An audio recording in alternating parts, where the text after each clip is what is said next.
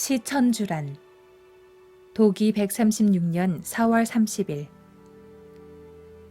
천주님께서 가을 개벽기를 맞이해 직접 인간 세상에 동방 땅에 내려오셨다. 동방 조선에서 가장 구도적인 정성이 있었던 한 이름 없는 선비 최수운을 불러 올리셔서 먼저 도통을 내려주시면서 이 주문을 받으라고 하셨다. 이것이 시천주 조화정 영세불망 만사지 시천주주의 열석자 주문이다. 시천주 조화정 천지일월을 주재하시는 천주님을 모시고 조화를 정한다. 천주는 문자 그대로 하늘의 주인이다. 이 천지일월을 다스리는 하늘의 주인, 우주를 다스리시는 통치자 하나님이란 말이다. 시천주주의 역사 도기 144년 9월 20일 베를린 19세기에 서학이 제국주의 문화를 타고서 동방에 들어올 때 우리 동방 문화가 많이 왜곡되고 서양에 잘못 소개되기 시작했는데 여기에 대해서 1차 결론을 내린 것이 바로 동학이다. 최수운 대신사가 1860년에 새로운 근대사 선언을 하셨다. 그런데 이게 다 왜곡이 돼 있다. 왜곡된 3대 주제 중에 첫째는 무엇일까? 최수운 대신사가 1860년에 도통을 받을 때 이런 새로운 역사 선언을 받았다. 시천주 조화정 영세불망 만사지. 시천주 조화정 천주님을 모시고 조화를 정하는데 앞으로 조화 문명 시대가 온다. 하나님의 마음을 모든 사람이 전부 체험하고 도통 문화를 생활화하는 그런 문화가 온다는 것이다. 영세불망 만사지, 그 은혜를 영세토록 불망, 잊지를 못하옵나이다 라는 뜻이다. 하나님 아버지가 직접 설계하시고 건설하시는 새로운 인류의 문명, 그것이 시천주 조화정 조화 문명이라는 것이다. 이런 조화 문명이 앞으로 활짝 열린다는 것이 동학의 메시지이다.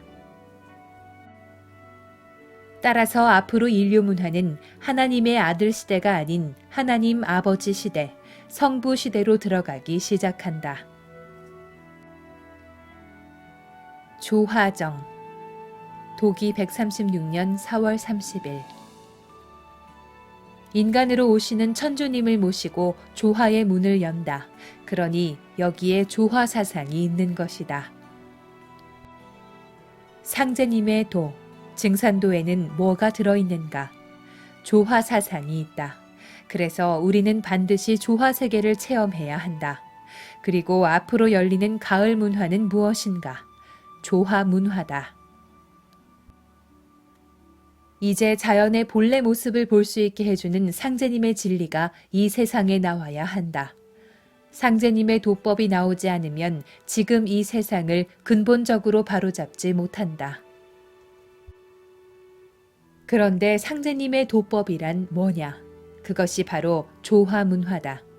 인간 속에 내주해 계시는 삼신 하나님의 조화권을 쓰는 그런 세상으로 우리가 앞으로 들어가게 된다는 말이다. 그 세상으로 가게 해주는 공부, 즉 시천주 조화정 공부란 무엇인가?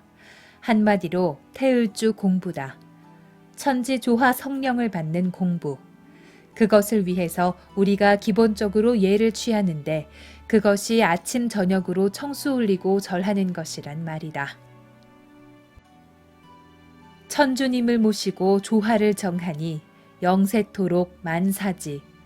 만사에 통하는 그 은혜를 잊지 못하옵니다. 보은 사상이 들어있다.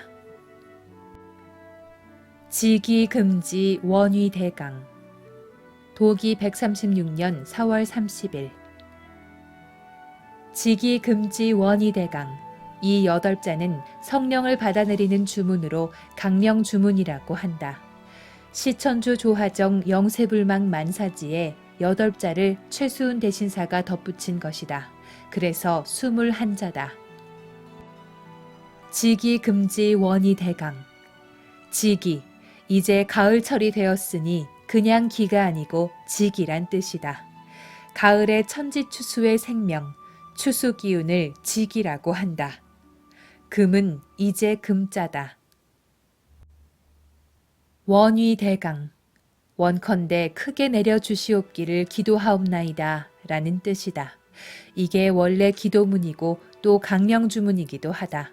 강령이란 성령을 받아내리는 주문이란 뜻이다.